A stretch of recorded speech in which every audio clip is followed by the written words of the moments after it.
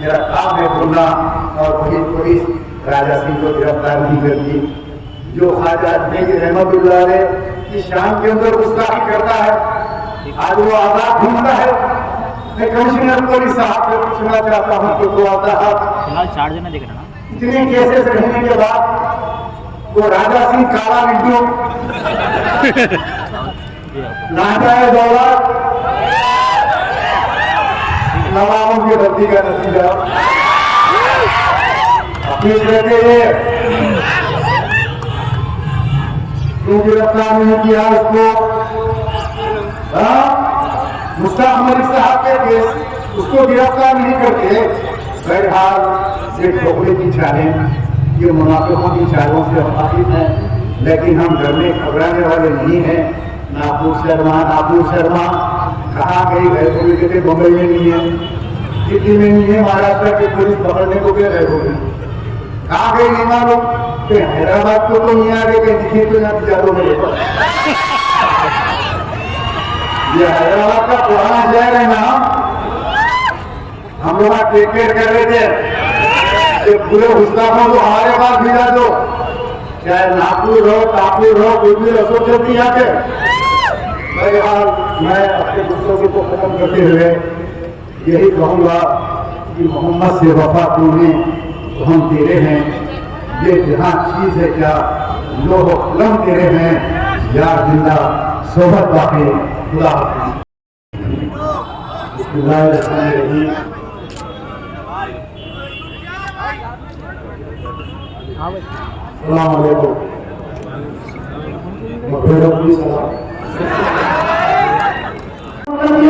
हम Indian marks से भी विड्रॉ नहीं हुए हैं। याद रखिए आने वाले दिनों में इंडियन मार्क्स का फिर से ऐलान किया जाएगा इंशाअल्लाह। जब तक ये ममनून को गिरफ्तार नहीं किया जाएगा, जब तक ये ममनून को नहीं है। हैदराबाद हिंदुस्तान के मुसलमानों का बड़ा तख्त है। हैदराबाद से जो इत्तेजाब होगा पूरे हिंदुस्तान में फैलेगा। याद रखिए आपको खामोश नहीं रहना। और रही बात तकरीर को मुख्तसर खत्म करने से पहले रियासती हुकूमत के ऊपर भी कुछ अल्फाज कहूंगा कि आज गवर्नमेंट जिस दिन से इख्तियार पर आई है 2014 से लेकर आज की तारीख तक कहीं ना कहीं एनडीए के बोर्ड में है। मैं थोड़ी तारीफ बयान करता हूं कि जब यूपीए 2 हुकूमत नहीं बनी, अभी एके अडवाणी प्राइम मिनिस्टर बनने वाला है, ऐसी गुफ्तगू हुई थी। सबसे पहले अगर कोई जाकर उसको मुबारकबाद देता है तो हमारा टीआरएस का सरबराह के चंद्रशेखर राव जाकर मुबारकबाद देता है। और वही चंद्रशेखर को 12 सेकुलर नंबर 1 खराज दिया जाता है हमारे कुछ मशाइखीन सियासी कायदीन की तरफ से। तो मैं ये बताना चाहता हूँ कि 2014 से लेकर आज की तारीख तक आप बदलाइए, एक ऐसा मौका बदलाइए जहां पर केसीआर ने बीजेपी की तारीफ नहीं की। आज ट्विटर खेला जा रहा है, केटीआर साहब ट्वीट में खेल रहे हैं। बतलाइए 26 मई के दिन बंडी संजय की जो तहरीर की गई, कहीं गया तुम्हारा सेकुलरिज्म? केसीआर क्यों उसको गिरफ्तार नहीं करते? वहां के कमिश्नर पुलिस से रहा है, कई नगर कमिश्नर पुलिस सत्यनारायण साहब को 100 काल किया हूं और यहाँ पर बड़े में हमने एक कंप्लेन दिया। आज की तारीख तक बंडी संजय को गिरफ्तार नहीं किया गया। 2014 से ये एक और कानून जो शहर का एमएलए है मुसलसिल हमारी सरकार द्वारा हिंदुस्तान में नूपुर शर्मा और तैयार महिला में हर चीज पे कॉम्प्रोमाइज किया जा सकता, लेकिन हजरत मुस्तफा पे गुलाम मुस्तफा कॉम्प्रोमाइज नहीं कर सकते।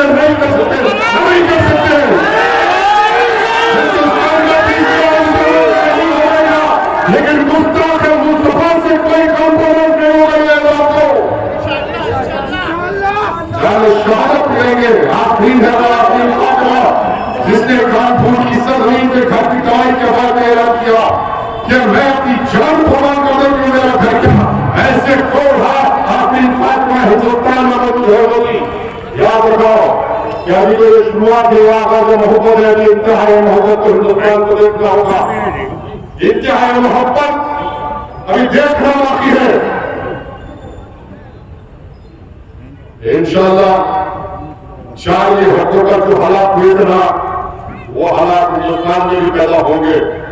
और हम ऐलान कर रहे हैं कि ये जलसा किसी हिंदू कौम के खिलाफ नहीं है, ये किसी मजहब के खिलाफ नहीं है। ये दावा किया जा रहा है कि मुसलमान जो अहमद मुस्तफा के लिए गुस्ताख मुस्तफा से लगा वो हिंदू कौम के खिलाफ है, यकीनन नहीं है। ये जो खिलाफ इस मुल्क में कानून बना, अभी जी के कायदे का मुल्क की आजादी के लिए हमें तोड़ा गया धरपूर बना था। धरपूर में ऐलान किया गया था कि यहाँ पे गैरकानूनी अदालत एक जुर्म है, सीआरपीसी के तहत एक जुर्म है। और हम हर उस कानून के साथ जो कानून के मुताबिक काम करेगा, कानून के नाम पे टेररिज्म करेगा, तो ये लिख नहीं जा सकते को बजा करेगा, इसका जिम्मेदार नरेंद्र मोदी होगा। अगर ये मसला आएगा रसूल का, तो आरएसएस का नाम निशान हिंदुस्तान में मुसलमान भी डालेगा, बीजेपी का नाम निशान भी डालेंगे। और बात आएगी नरेंद्र मोदी की ईद से ईद नाम डालेंगे हिंदुस्तान में, देख रहे लाखों भगवान हो जाएंगे, लेकिन कॉम्प्रोमाइज नहीं करेंगे। जान मांगो तो जान देंगे, मार मांगो तो मार देंगे, हमसे ये कभी ना होकर नदी का जाहो जला देंगे। आज मेरी दरखास्त है कि बहुत बड़ा मुख्तसर है और दिखाई काम है कि आप एक डिसिप्लिन का मुजाहरा कीजिए और बिल्कुल इस मुहिम को हम हिंदू मुसलमान की मुहिम बनने नहीं देंगे और हिंदू भाइयों को भी साथ देकर काम करेंगे। हम साझेदारी चाहते हैं, मुल्क में साझेदारी नहीं चाहते। मुसलमान इस मुल्क में सदियों साझेदारी के बाद हिंदी जो तहजीब का जिंदा है वो मुसलमानों से जिंदा है। हमारे असलाफ की निशानियां हैं इस हिंदुस्तान में, जो हमने तहजीब के तौर पर छोड़ते हुए आज हिंदुस्तान को उन लोगों की जरूरत है जो कोरोना दौरान में बात किया, वैसे लोगों की जरूरत है, वैसे लोगों से साझेदारी करेंगे। अक्सरियत हिंदुस्तान में आरएसएस की नहीं होते, इंसाफ पसंद अमन पसंद लोगों की है और हम अमन पसंद आदमी को गले लगाएंगे, इंसाफ पसंद आदमी को लगा के इस हिंदुस्तान में आरएसएस की उस फिलॉसफी को, फिलहाल मुहिम को नाकाम बनाएंगे। आरएसएस की एक से एक हो जाएंगे इंशाअल्लाह। और भी मुलाकातें होंगी और भी मुहिम का जिद्दोजहद जारी रहेगी। शुक्रिया, मैं शुक्रगुजार हूँ जय इलेक्शन कमेटी की जानिब से जो जलसा मौजूद किया, मैं इसका एहसानमंद हूँ और मुझे मौका दिया, मैं शुक्रगुजार हूँ।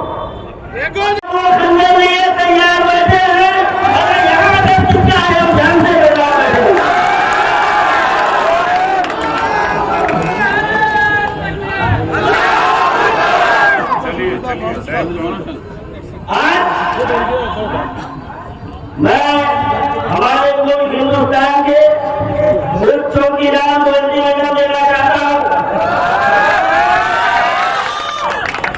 कि तुम अपने बेलगाम कुत्तों के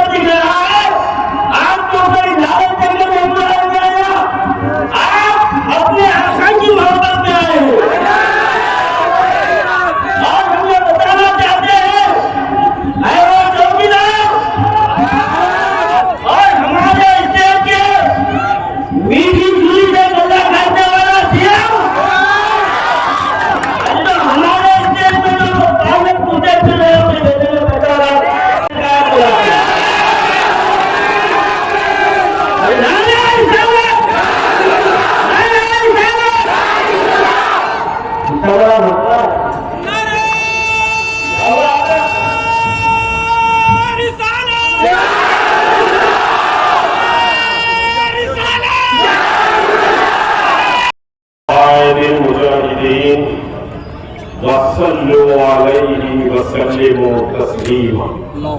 अल्लाहुम्मा सल्ली अला सय्यिदिना शफीना हबीबना मौलाना मुहम्मद व अला आलि सय्यिदिना शफीना हबीबना मौलाना मुहम्मद व बारिक वसल्लम।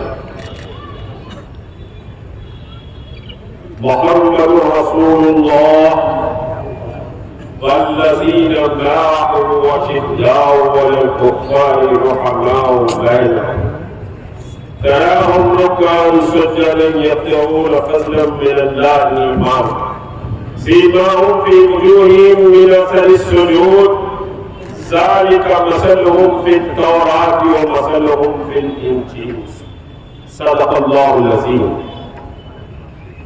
मैं बहरहाल आपका बड़ा शुक्रगुजार हूं कि आपने अपनी अहम जिम्मेदारी समझा और आज बड़े मसाइल और साजिशों के बाद इस जलसे के इनेकाद की जंग हमने जीती थी और आपने बड़ा हौसला अता किया। पुलिस काफी बेचैन है। शहर में 2 जलसे आज हैं और दारुस्सलाम का जलसा अभी जारी है। आपके पेट में ज्यादा मरोड़ होना नहीं चाहिए। मैं कोई कंपटीशन की बात नहीं कर रहा। कोई होगा एमपी या एमएलए, कोई इख्तियार का चाकू भी हो सकता। हम मोहम्मद रसूलुल्लाह के गुलाम, हम उम्मत को जोड़ने की बात करते हैं। उम्मत में इंतशार की बात हम नहीं करते। हमने कॉल दी थी मिलियन मार्च की और जो इत्तलात रियासत तेलंगाना और दक्कन की रियासत के इलाकों से मुझे मिली थी, मैं लफ्ज को जानता हूं लोगों कि जो एनआरसी और एनपीआर में जो मिलियन मार्च हुआ उसका भी रिकॉर्ड आशिकाने मुस्तफा तोड़ देते थे।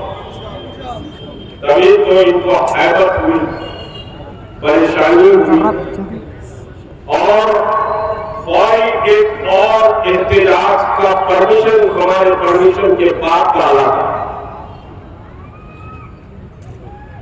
पुलिस के अहदेदारों ने कहा कि सियासी जमात ने परमिशन डाला, ना आपको मिलेगा ना उनको मिलेगा। मैंने कहा कि मैं सियासी जमात की बात करने नहीं आया, मैं अपने परमिशन की बात करने आया और यकीनन उनकी आंख तो खुलेगी जब हम जमाएंगे और लड़ाई लेंगे तो जमीन पर लेट जाएंगे। जो तमाशे है मैं उस पर जाना नहीं चाहता। हम गुलाम मुस्तफा है और याद रखें अगर गिरफ्तारी नहीं होगी तो हिंदुस्तान की सड़कों पर हमारा खून बहेगा। तो कुछ लोगों पर गोली चलाकर यह मत समझो कि मुसलमान डर जाएगा। अज़मत मुस्तफा पर हम अपने जिस्म का आखिरी तकरा खून बहा दें। मोदी हुकूमत को और आरएसएस को यह बात समझ लेनी चाहिए। हिंदुस्तान का मुसलमान कोई यतीम और यसीर नहीं। हिंदुस्तान का मुसलमान कोई कमजोर और लाचार भी नहीं। हिंदुस्तान का मुसलमान इस मुल्क में अपनी 700 साला तारीख रखता।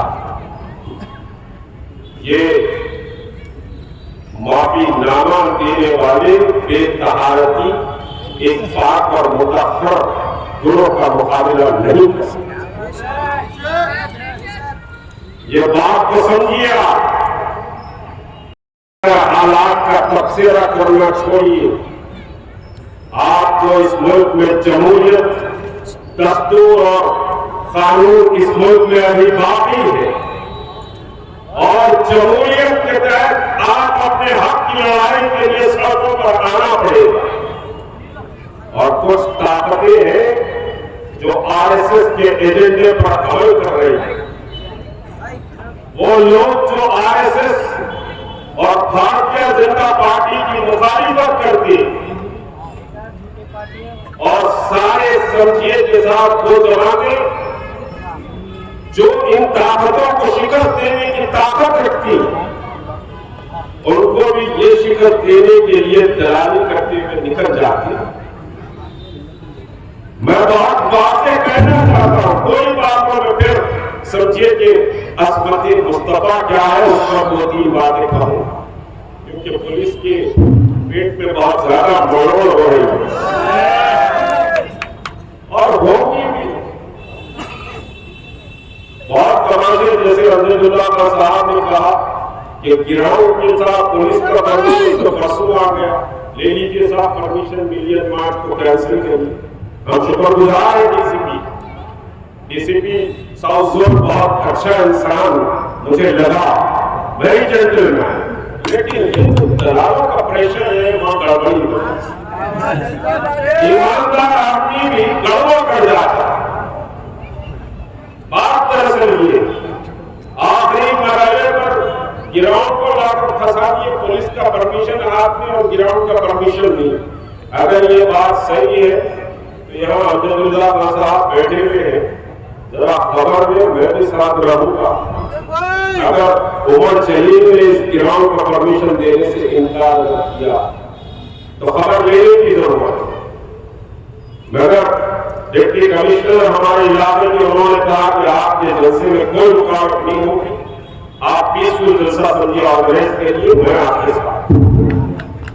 ये बात डिप्टी कमिश्नर साहब ने कही और कुछ ऑफिसर्स अच्छे हैं, मगर सारा कहां से समझिए कि बिगड़ रहा है आप जानते सूद के खिलाफ इस समझिए कि खित्ते में बड़ी लड़ाई छेड़ी जा सकती है। डिपार्टमेंट भी साथ देगा लेकिन वो साथ नहीं देंगे, भगा देंगे ऐसे ऑफिसर। बहरहाल मज़ाहिर और बात तो बहुत है, एक बात याद रखिए, इश्क़ रसूल बहुत बड़ी कीमत का, खाली जबान से कहो माली और जानी पिला या रसूलल्लाह तो बात नहीं होगी। बात तो आले यासर के खानदान को देखकर सीखनी पड़ेगी, बात तो हजरत बिलाल को देखकर सीखनी पड़ेगी, बात हजरत अब्बास को देखकर सीखनी पड़ेगी, बात हजरत अबूबकर को देखकर सीखनी पड़ेगी। या आपके बेटे ने कहा कि अब्बा जान बदर में आप मेरे तलवार की जद में थे, मैंने अपनी तलवार के रुख को मोड़ लिया। तो हजरत अबूबकर सिद्दीक ने कहा बेटा अगर तुम बदर में मेरे तलवार की जद में आ गए तो मोहम्मद रसूलुल्लाह की इश्क को समझिए खत्म कर दे। यहाँ न बेटा है, न बाप है, न माँ है। सूरह तौबा में अल्लाह ने इरशाद फरमाया बल इंसान आबाउकुम व अबनाउकुम व अशीरतुकुम, पूरी एक समझिए कि दलील है अल्लाह तआला ने कहा, क्या कहा, अब्बा इलैहि व रसूलिही व जिहादी फी सबीलिल्लाह। ये अल्लाह की मोहब्बत और रसूल की मोहब्बत और रसूल के इस दीन के रास्ते में जिहाद की मोहब्बत, अगर ये नहीं है तो फिर तुम्हारा शुमार फासिफा में हो जाए, तुम्हारा शुमार फासिफा में हो जाए। अब कुछ व्हाइट कॉलर कहते हैं कि ये जलसे और ये इंतजार माहौल को खराब कर दे, बल्कि आज जो लोग जलसा कर रहे हैं उनकी भी पॉलिसी यही थी, लेकिन आपने उनको मजबूर किया कि तुमको भी समझिए के साथ एहतजाज करना पड़ेगा। आपके अर्ज और आपके हौसले और आपकी बेदारी ने उनको मजबूर किया कि तुमको जलसा करना पड़ेगा, जबकि हम तो समझिए के साथ एहतजाज की जबान जानते हैं, क्योंकि इस मुल्क में दस्तूर को हम मानते हैं और उतना ही हक नरेंद्र मोदी को है, उतना ही हक हमको भी है। झूलेलाल आके संजय के साथ चारमीनार की मंदिर पर पूजा करके मैंने संजय के कुछ चैनल्स के सामने और फिर हमारा जो जलसा था बीजेपी के खिलाफ उसने कहा कि चारमीनार की मंदिर ज्ञानवापी और मित्रा की मंदिर ऑथेंटिक है और उस इलीगल मंदिर पर कभी पार्लियामेंट और असेंबली या टीवी डिबेट में बात नहीं करते हुए देखे, कभी बात करते हुए नहीं देखे। और अगर prime minister of India Charminar की मंदिर को आते हैं तो बहुत बड़ा गलत मैसेज थे, क्योंकि वो इलीगल मंदिर मुश्ताक मलिक नहीं कह रहा, आर्कियोलॉजिकल डिपार्टमेंट ने कहा है, लिखा है कि यहां कोई मंदिर का वजूद नहीं था। आप इतना तो कह दीजिए कि मंदिर में रखा हूं, आप पूजा कर लीजिए, हम उस पर कुछ नहीं कहें, लेकिन इतना तो कहिए, आप हिम्मत तो पैदा करिए, हरे को लाल करने की, लाल को हरा करने की बातें कर रहे हैं। तो समझिए इतना तो कहा जा सकता। क्या जवाबी मस्जिद में भोपाल को समझिए के साथ ये निकल गया, निकल का बाबा निकल गया। तो चारमीनार की मंदिर में तो बात करिए और फिर आप गैरवापी में फला में सब पे बात करें, सेक्रेटेरिएट मसाजिद पे बात नहीं। सेक्रेटेरिएट की 2 मसाजिद शहीद हुई, यही जॉइंट एक्शन कमेटी जिसने पूरी ताकत के साथ सेक्रेटेरिएट मसाजिद की लड़ाई लड़ी। और एक मोहतरम आलिम साहब ने मुझे कहा, मुश्ताक साहब मस्जिदें तो चलेगी, अब क्या कर सकते। मैंने कहा कि अभी हमारी नगों में खून बाकी है, हमारी नगों में अभी खून बाकी है, मस्जिदें नहीं जाएगी होना। और अल्लाह का करम हुआ कि दोनों मसाजिद के फर्स्ट स्लैब पड़ चुका। अब्दुल अजीज साहब ने कहा ठीक है, कमर्शियल हुकूमत चलेगी, ये सब इनके इशारे पर जो है जॉइंट एक्शन कमेटी को नहीं बुलाया जाए, मुश्ताक मलिक को नहीं बुलाया जाए, समझिए बुनियाद जॉइंट एक्शन कमेटी का कोई समझिए के जिम्मेदार नहीं रहना चाहिए। अरे भाई, हम समझिए के दलाली के लिए नहीं रहते, हम तो सजदा करेंगे उन मस्जिदों में इंशाअल्लाह, और इंशाअल्लाह बड़े आबोताब के साथ, बड़े इज्तिमा के साथ हम सजदा करेंगे। वरना वो मसाजिद तो प्रेयर हॉल में तब्दील हो गई, उनके लिए लोगों की जबान नहीं थी, बल्कि हमारी है कि हम सवाल नहीं करते। सवाल करने की आदत डालिए। जिस कौम में एहतसाब निकल जाएगा वो कौम जिल्लत और रुसवाई के गड़े में गिर जाएगा। एक बदवी समझिए किसान ठहर कर उमर से पूछ रहा है कि उमर, तुमको ये तो समझिए कि कुर्ता तुम्हारा कैसे बना। तो कहा कि मैं जवाब नहीं दूंगा, मेरा बेटा अब्दुल्ला उमर है, जो कपड़ा तकसीम हुआ उसने मेरे बेटे का और मेरा कपड़ा मिलाकर मैंने कुर्ता सिलाया। आज महल बन जा रहे हैं, आज महल बन रहे हैं, महल बनने पर एतराज नहीं, लेकिन पुराने शहर में यहीं से 40 कदम दूर पर एक फैमिली ने 10,000 के लिए खुदकशी करी। उसका जिम्मेदार कौन? मुस्लिम समाज में एक मुस्लिम खानदान खुदकशी करता, कौन जिम्मेदार? मस्जिदें शहीद हो जाती, एक खाना मस्जिद पर जबान नहीं खुली और फिर उसके बाद एहतियात करके लोगों ने बात समझिए कि तय कर ली, शेड पड़ रहा, आपके बोतल के दिन निकल कर गए और मस्जिद का शेड चले गए, मस्जिद आबाद नहीं हो सकती जबकि वो मस्जिद बन जाए। कौन जिम्मेदार? और शान रिसालत अब इस लेवल पर आप आते हैं, शान रिसालत पर से आती है बर्बाद होता है। शान रिसालत पर अपना मफाद तलाश करें, कितनी अफसोस की बात। कितने अफसोस की बात। और एक बात याद रखिए, मोहम्मद रसूलुल्लाह सल्लल्लाहु अलैहि वसल्लम की गुस्ताखी जिस जमीन पर होती है, जिस खित्ते में होती है या जिस मुल्क में होती है, वो मुल्क की सलामती खतरे में पड़ जाती है। और क्लैरिटी के साथ बात कह रहा हूं, ये रसूल का मसला है कि कहा कौन सी गप्पी में छुपा छुपा कर रखनी चाहिए लोगों शर्मा। अरे फरतुल्लाह बात नहीं। बेशक ये लड़ाई कोई हिंदू और मुसलमान की लड़ाई नहीं है। कमिश्नर और फौजी के दूसरे अहदेदारों के सामने भी मैंने बात की, ये लड़ाई हिंदू और मुसलमान की लड़ाई नहीं है, ये लड़ाई मोहम्मद रसूलुल्लाह के इश्क की लड़ाई है और हुकूमत के नापाक और जालिमाना और जाबिराना हरकतों के खिलाफ लड़ाई। ये मोहम्मद रसूलुल्लाह के अज़मत की लड़ाई है। तो जो कीमत चाहो मुसलमान दे देगा, लेकिन रसूल की कीमत नहीं दी जा सकती, रसूल की अज़मत की कीमत नहीं दी जा सकती। अब टीवियों पर कौमों के उन्होंने आस्था का मसला है क्या है?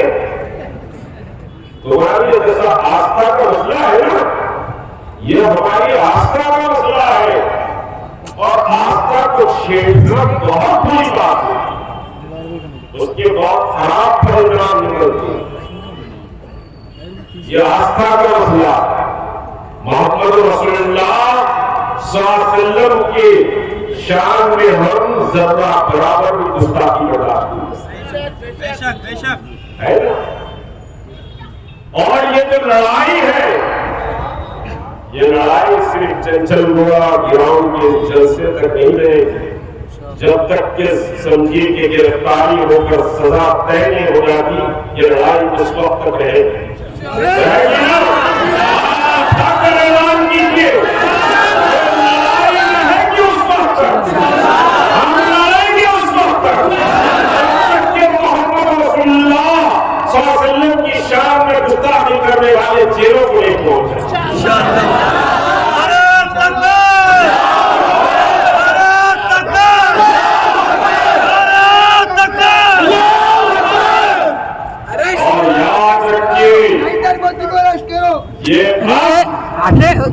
ये अब सिर्फ चंचलगुड़ा ग्राउंड में ज्वाइंट एक्शन कमेटी या मुश्ताक मलिक के जलसे में न सुनिए, ये अब मोहम्मद रसूलुल्लाह के दरबार में किया हुआ है।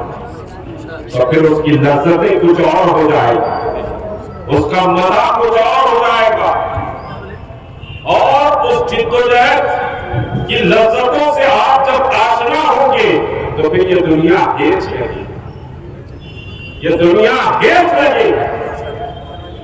लोग समझ रहे हैं कि ये एक जलसे से बात खत्म हो जाएगी, बात तो शुरू हुई है, तो सजा और गिरफ्तारी पर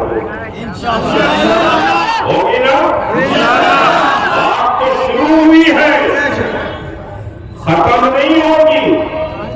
और कुछ मसले समझ रहे हैं कि चार दीवारी में जलसे में बात खत्म हो जाएगी, निमट जाएगी, नहीं निपटे, बात नहीं निपटेगी। ये मोहम्मद रसूलुल्लाह का मसला है और जब इस पे समझिए कि घरों में बैठ जाओगे, अपनी जिंदगियों और अपने आराम गांवों में इत्मीनान और सुकून की नींद लोगे, तो फिर तुम्हारा ईमान कहां बाकी रहा, तुम्हारा ईमान कहां बाकी रहा। ये तो समझिए कि साहब जंग का आवाज है। और एक बात कहूं, बहुत से लोगों ने कहा कि मुश्ताक मलिक साहब बहुत देर के बाद ऐलान करें, सो के ऐलान करें। हम तहरीक मुस्लिम शब्बान की कुछ तंजीमी सरगर्मियों में मसरूफ थे और मैं चाह रहा था कि कोई भी जमात आगे बढ़ जाए, हम उसका साथ देंगे। कोई भी जमात आगे बढ़ जाए, हम उसका होल हार्टेड साथ देंगे, क्योंकि जमाती असलियतों से मैं बहुत पाक इंसान। ना मुझे कोई कुर्सी की तमन्ना है, ना ओहदे की है, ना माल की है, ना जान की है। सब सुन ले दुश्मन, कोई जान की भी परवाह मुझे नहीं है। डिप्टी कमिश्नर को मैंने कहा कोई कॉल वापिस नहीं लूंगा। तुम जेल में रहना चाहते हो, जिंदगी भर जेल में रहूंगा, लेकिन कॉम्प्रोमाइज नहीं करूंगा। अगर तुम्हारे पास मुश्ताक अली के नाम की गोली है तो धसा दो, लेकिन झुकूंगा नहीं, एहतजाज तो करेंगे हम। ये बात मैंने कही है और मैं लफाजी नहीं करता, रसूल के जलसे में कह रहा हूं। जो बात कह रहा हूं कल पकड़ी जाएगी। खाली जज्बा की बात करने के लिए नहीं ठहरा हुआ। ईमान को समझिए, ताज़ा कर लीजिए। यह मसला हमारी जान और माल का है। तुम्हारी औलाद को या तुम्हारे बाप को या तुम्हारे रिश्तेदार को कोई गाली देता है या कोई बुरा बोलता है तो तुम झगड़ने निकल जाते हो। तुम समझिए कि बात तू बना देते हो या फिर उस पर समझिए हमला करवा देते हो। और रसूल की अजमत पर लोग लांघन करें तो घरों में ऐशो इशरत के साथ शादियों के फोटो छपे, शादी खानों में ठोल और नकारे बनाया गया। मुल्क किस तरफ जा रहा, मुल्क किस तरफ जा रहा? घरों को गिराया जा रहा, मस्जिदों को गिराया जा रहा, मस्जिदों को टारगेट किया जा रहा। कानून की तमानियत के बाद भी आपकी मस्जिदों को टारगेट किया जा रहा। बीजेपी की रियासतों में सिविल कोड लागू किया जा रहा। मासूम बच्चियों के सरों से उनके समझिए के हिजाब छीन लिए गए और हमको शर्म नहीं, हमको हया नहीं है। हम ढोल और बाजे बजाकर दावतों में मसरूफ हो और एहतजाज करने वाले रसूल के नाम पर उनके घर गिराए जाते हैं, मुकदमे लगाए जाते हैं, गोलियां चलाई जाती हैं और जो गुस्ताखी करा है उसको Z+ सिक्योरिटी का कवच दिया जाता है। तुम्हारी कितनी हैसियत और कितनी दिक्कत है उसका अंदाजा लगा। ये बहुत बड़े बड़े बातें करते हैं, मैं इन पर नहीं चाहता। मुसलमानों अपनी हैसियत को पहचानो। दुनिया का सबसे अजीम तरीन इनाम अल्लाह ने तुमको दिया। दुनिया का सबसे बड़ा तमगा है, सबसे बड़ा इनाम है तो नोबेल प्राइज है। और उसके बाद हमारे मुल्क का सबसे बड़ा इनाम भारत रत्न है। और उसके बाद समझिए कि मुख्तलिफ तमगे और इनामात आते हैं। लेकिन मुसलमानों बात सुनो, मोहम्मद रसूलुल्लाह का जो इनाम और तमगा है ना, वो नोबेल प्राइज से बड़ा, इससे बड़ा और कोई तमगा नहीं है, इससे बड़ा कोई और इनाम नहीं है कि तुम गुलाम मोहम्मद सल्लल्लाहु अलैहि वसल्लम और तुम न अपने बेकार को मोहम्मद रसूलुल्लाह का गुलाम कमजोर, लाचार, बेबस होता, बेबस और लाचार होता, सिर्फ चाय पीकर तबसरे करता। ये कौन सा इस्लाम पर हम चल रहे हैं? जिंदगी का सबूत दो। समझ रहे हैं कि ये अरब मुमालिक आपके दुख और दर्द में आएंगे। ये मोहम्मद रसूलुल्लाह सल्लल्लाहु अलैहि वसल्लम की शान का मसला था। तो 2-3 मुमालिक पहले उठे तो 18, 15, 20 जुड़ गए। उसके बाद हम बोले इस लड़ाई में आपको तलना ठहरना पड़ेगा। बहुत अहम बात कह रहा, मस्जिदों को बचाने तुमको ठहरना पड़ेगा, शरीयत को बचाने तुमको ठहरना पड़ेगा। हिजाब समझिए के साथ कोई कंपल्सरी नहीं है कह दिया गया, तो उसको बचाने तुमको ठहरना पड़ेगा। वो ठहरने की हिम्मत और हौसला पैदा करो। और जब तक के इश्क नबी पैदा नहीं होगा तो वो हिम्मत और हौसला भी नहीं पैदा। जब तक मोहम्मद रसूलुल्लाह की मोहब्बत नहीं पैदा होगी होगी तो उस दीन से भी मोहब्बत नहीं पैदा होगी। दीन से मोहब्बत, मोहम्मद से मोहब्बत के बाद पैदा होती है। यह बुनियादी मसला।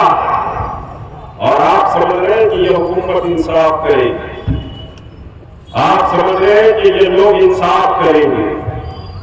इंसाफ जरा मुश्किल है, इंसाफ को हासिल करना पड़ेगा, इंसाफ को हासिल करना पड़ेगा। आपकी कोई दिक्कत बाकी नहीं रही, क्योंकि अगर उत्तर प्रदेश में हुकूमत नहीं बनती तो इतने बड़े तमाशे नहीं होते, बिहार में हुकूमत नहीं बनती तो इतने बड़े तमाशे नहीं होते। अब किसने कहा कैसी हुकूमत बनाई वो आपको फैसला करना, वो आपको फैसला करना कि किसने क्या किया। मैं उस पर कोई तबसरा नहीं करूंगा। आपको सोचना है, अगर ये उत्तर प्रदेश में हार जाते तो आज न गैर बाकी का मसला होता, न घर गिरते, न शानी रिसालत का मसला खड़ा। ये समझिए कि साहब आपको समझना पड़ेगा और जरा हमारे जिंदगी के लैलो-नहार को तब्दील करें, जरा बदले। ये चौरस्तों पर नौजवान जो चबूतरे गरम कर रहे हैं उनसे भी मैं मुखातिब। तुम जिंदा कौम हो, तुम मर्दों की कौम हो, ये तो चूहों की तरह भागेंगे। आरएसएस कोई चीज नहीं है, कोई डरने की चीज नहीं। आखिरी समझिए के बात कहूं, आरएसएस आपसे डर रही है। आप बोलेंगे मुश्ताक मलिक साहब आरएसएस हमसे कहां डर रही, आपसे डर रही बोल के वो 100 करोड़ होने के बावजूद आपसे परेशान। क्यों परेशान है? ये जो मोहम्मद रसूलुल्लाह का दीन है ना, ये दीन की तरफ लोग लपकेंगे तो फिर हम तो कहीं बाकी नहीं रहेंगे, ऐसा चड्डी पैंट सब उतर जाएगा। इस वजह से ये आपसे परेशान। आपका ये जो नजरिया है, ये जो दीन है, इस दीन से ये परेशान। तो आरएसएस डिफेंसिव पोजीशन पर है, आप ऑफेंसिव पोजीशन पर। आपको आरएसएस से डरने की जरूरत नहीं। ये मोदी, ये छोदी, ये मोदी ये सब चीज नहीं है। मोहम्मद रसूलुल्लाह के गुलाम जब खड़े होते हैं तो ये काजी, ये तेरे पुलिसदार बंदे, बख्शा है तूने जिन्हें ज़ौक़े खुदाई, तो नीम इनकी ठोकर में सहरा और दरिया, पहाड़ इनकी हैबत से सिमटता है। अरे मोदी आरएसएस भागवत अकबर तो हमारे सामने राई है। सिर्फ अल्लाह की रस्सी को पकड़ लो, अल्लाह की रस्सी को मजबूती से पकड़ लो। मोहम्मद रसूलुल्लाह के आशिक हो तो सुन्नत पर जिंदगी गुजारो, सुन्नत पर जिंदगी गुजारो। तो किया है, दुआ होगी, दुआ के बाद नाते बाप पर तुमकी जलसा खत्म करना।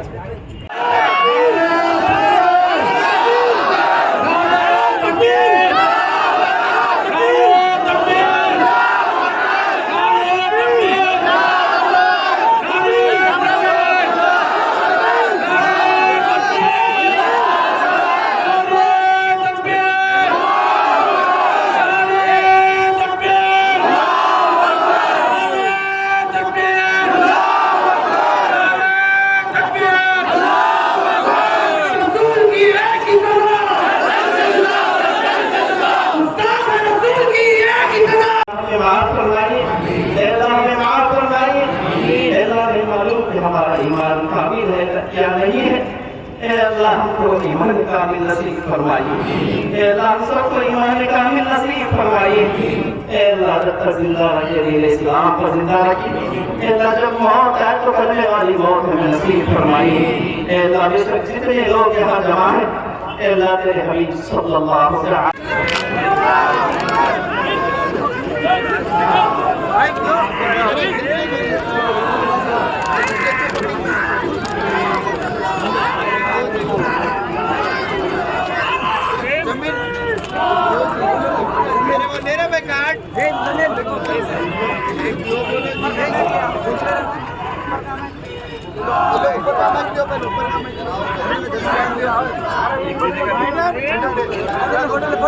फोटो